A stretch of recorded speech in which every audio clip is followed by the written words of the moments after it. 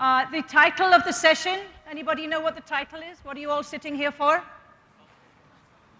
Why can't you see it my way? Why can't you see it my way?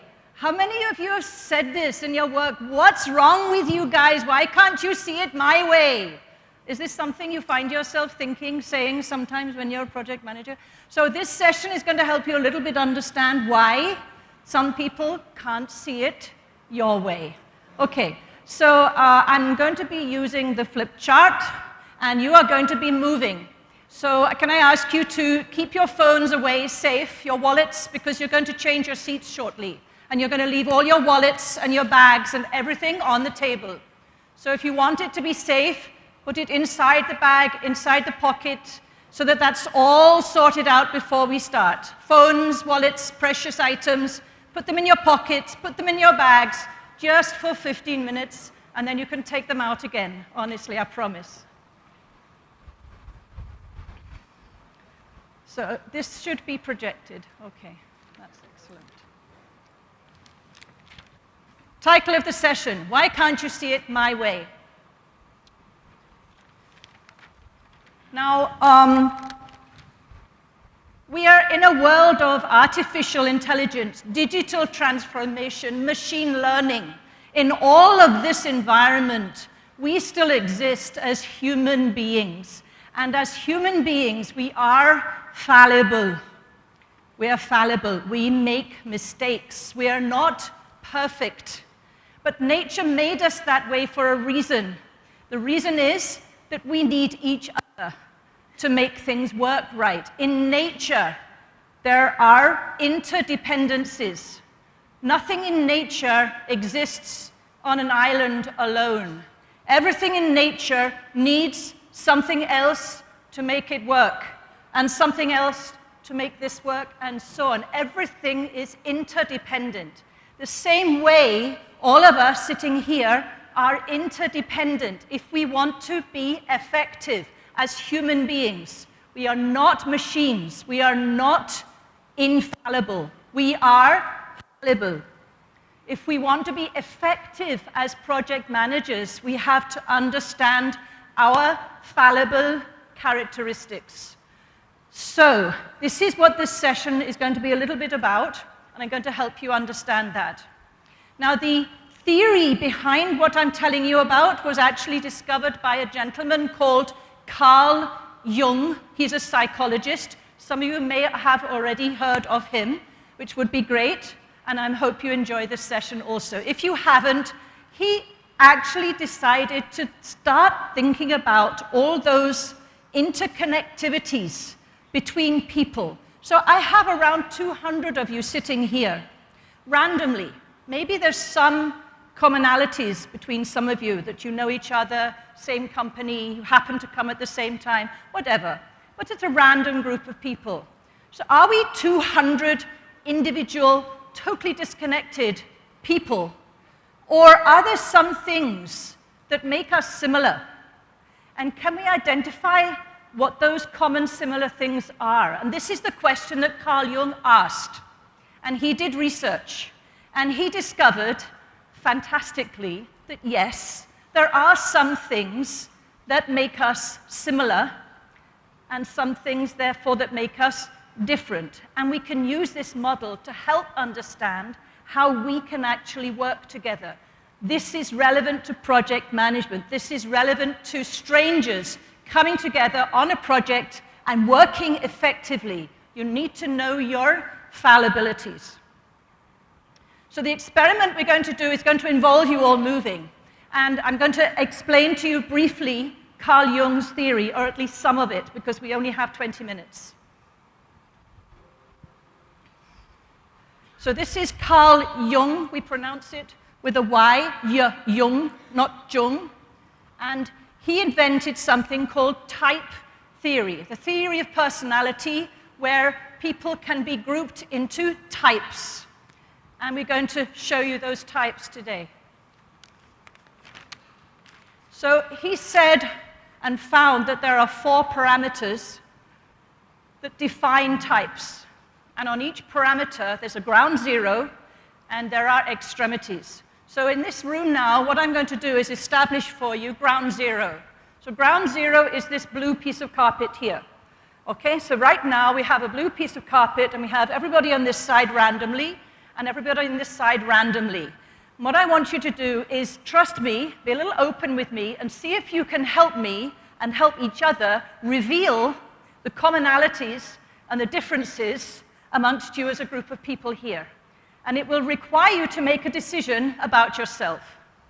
So the first parameter that I want to explain to you is a parameter that is connected to energy. So we're going to first talk about the energy and how we use and utilize energy. The question is, where do you get your energy from? Where do you get your energy from? In terms of you as a person, your internal psyche. So there are two ways of getting energy. One is from the outside world coming in, and one is from the inside world coming out. And most of you will now have a decision to make as I describe these two worlds, and finally decide for yourself, do I sit in the outside coming in world, or do I sit in the inside going out world? I'm going to ask you to think and identify for yourselves, and then you're going to have to move into a space with all the other people same as you, okay? So here's the differences. Those of you who identify with getting energy from the outside world, find yourselves being very much comfortable when there's a lot of noise going on. There are people talking. There's activities going on around you, listening to music. It doesn't distract you. It actually energizes you. You like having people doing things around you. Noise itself is energizing. Things to do is energizing. When you come into work, the first thing you do at the beginning of the day is talk to people, because that's what gets you going. No matter what's on your list of to-do list, doesn't matter. First thing you're going to do is just talk to people, okay?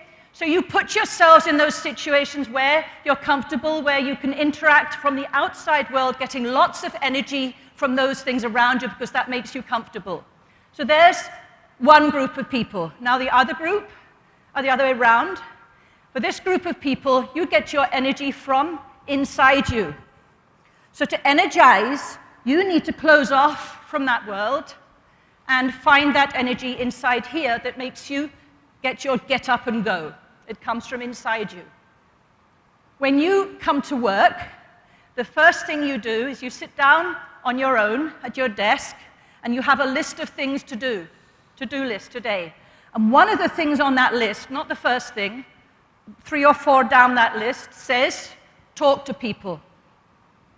For you, talking to people is a task. It's not comfortable and natural. It's something you have to do, but you don't do it because you like it. So that's people who draw energy from inside. Okay, so some of you now should be able to identify, just intuitively, am I the outside drawing energy in person, or am I the inside drawing energy from inside myself? And what I want is all the outside in to be on this side of ground zero, and all the inside energy people on this side of ground zero. So you're going to have to stand up and move. And if you're not sure, stand on the blue line. Go. Nobody stays where they are. This is outside. This is inside. Come on, move, quick. If you're not sure, stand on the blue line.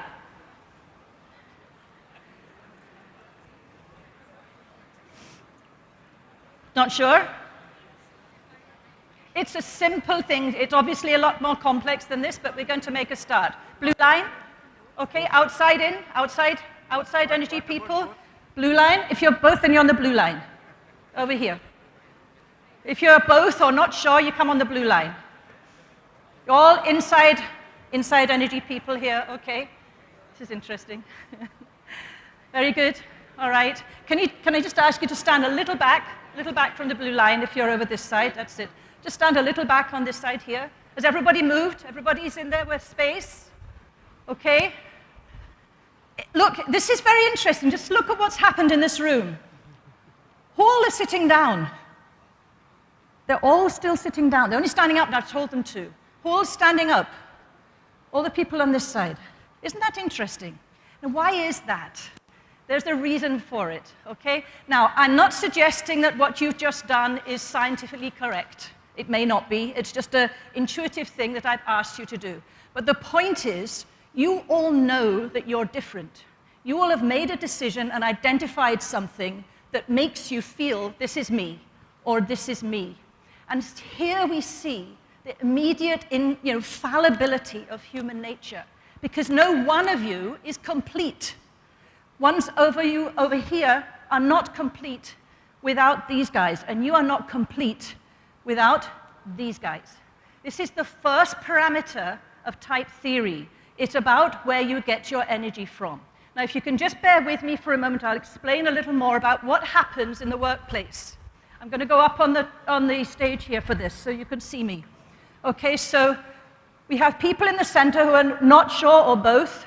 We have people who draw energy from outside here, people who draw energy from inside over here. So what I want to ask you now is, in the workplace, this is very subjective, people over this side, I'm asking you now to think about yourselves, and how do you describe yourselves as a group? What adjectives do you use? Can you give me some adjectives? How do you describe yourselves as a group of people? Okay, that's the technical word. As a group of people, what do you bring to the workplace? Enthusiasm? Confidence? Can't hear. Fun? Communication? Energetic?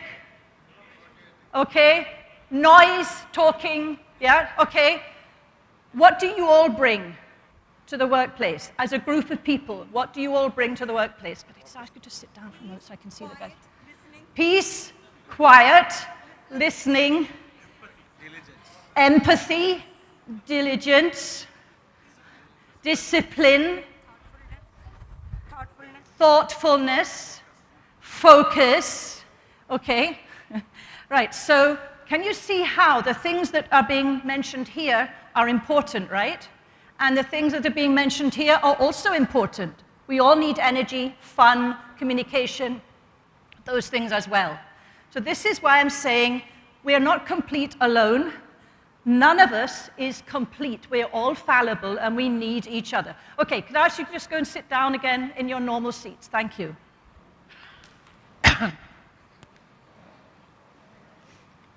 Grab some water.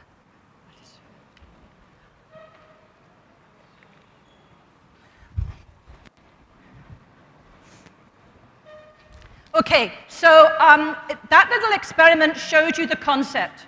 We talked about energy and where you get your energy from, and you could see that there's a difference. The problem with this parameter in the workplace is that the extroverts, the people who draw energy from outside, make a lot of noise, and it annoys the introverts to death. But if you look at what happens in a meeting, imagine yourselves in a meeting where you have extroverts and introverts together, and you're trying to solve a problem. What are the extroverts doing? Those of you who are introverts, tell me, what are the extroverts doing? They're talking a lot. They're brainstorming. They're coming up with ideas. They're making a lot of noise. What are the introverts on this side doing? Listening, thinking, taking it all in, working things out in their heads. From the extrovert's point of view, what's happening here is actually nothing. Let me say that again. From the extrovert's perspective, who are making a lot of noise and talking, what they see in the introverts is nothing. Okay? Because it's all going on inside, and it's not visible. So the thought process that the extroverts automatically think is what? What's the thought that comes as a result of that nothingness? What's the thought that comes when you see somebody doing nothing? You think they are bored, boring, not interesting. What did you say? You know, they don't care. They're not participating. They're in all these negative words. But what's actually happening? They're taking in information and processing it making sense of it, doing things with it, whilst the extroverts are just spending a lot of time talking. They're not thinking at all. So where's the positivity? Where's the outcome? It's not going to happen unless the two get together. And the introverts, at some point, after all this thinking, quietness, and thoughtfulness, at some point, the introverts forms an idea. It's now complete. I've taken in all these things, and I now have an answer, an idea. It's complete. Now I can present it. So I present it to my extroverts. Here's what I think. The extroverts who've been making all this noise look at this person and say, where did that come from? What the hell are you talking about? They haven't got a clue where it's come from because they haven't been connecting. And they don't know which bits of information went in and which didn't. It just lands in this big ocean of noise, and they don't know what's going on. So the introvert naturally feels a little offended and thinks, oh, okay, I'll just keep quiet because I'm more comfortable. I'll go back in my comfort space. And the extroverts carry on talking and making all their noise. Next time when the introvert forms an idea, another idea, what's the introvert going to do? They're going to keep quiet. They're not going to share it because it's uncomfortable to share anyway for an introvert. And I was rejected last time, so why would I do that again? So I keep quiet. Though I'm having all these ideas, I'm having all these thoughts, I've got all these solutions, but I'm not sharing it verbally. This is what happens in teams, okay? Extroverts need to listen and receive information from introverts because introverts process information and come out with solutions. But there's a disconnect. There's this huge ground zero ocean down here that divides us. We need all of it. To be effective in a project management team, you need to figure out if you're an extrovert, if you're an introvert, and if you're an introvert, how can you connect with extroverts without feeling uncomfortable? And if you're an extrovert, how can you stop talking long enough to listen to what they've got to say? Okay, this is just the first parameter of Jungian theory. It's one way in which we are common and different. And it's very important that you understand it. There are 3 more. Where's my timer? Do I have 5 minutes left? Roger? Well, okay, I don't know what time I started. Roger promised me he'd tell me 5 minutes left. 5 minutes? Over? 2 minutes. Okay, all right. So I don't have time to share the other 3 with you because there's only 2 minutes left. What I want to show you is that there is a way of assessing this scientifically where you can understand where ground zero is and whether you as a person are on this side or this side on all 4 parameters.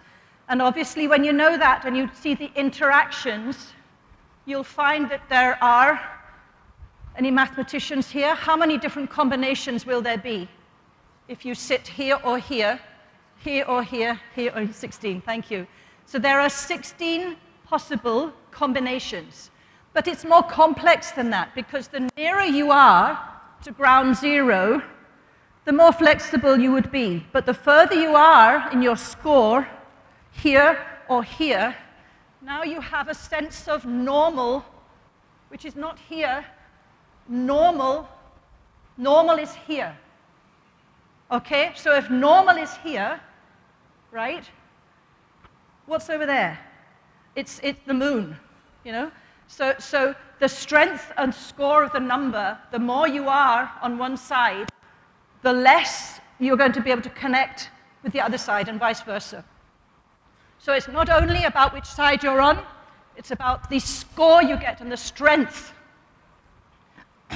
which puts you either far out or near to the center. So where is your normal? You need to find that on each of these 4 parameters. There are 16 versions of normal. You need to find yours, and you need to find theirs.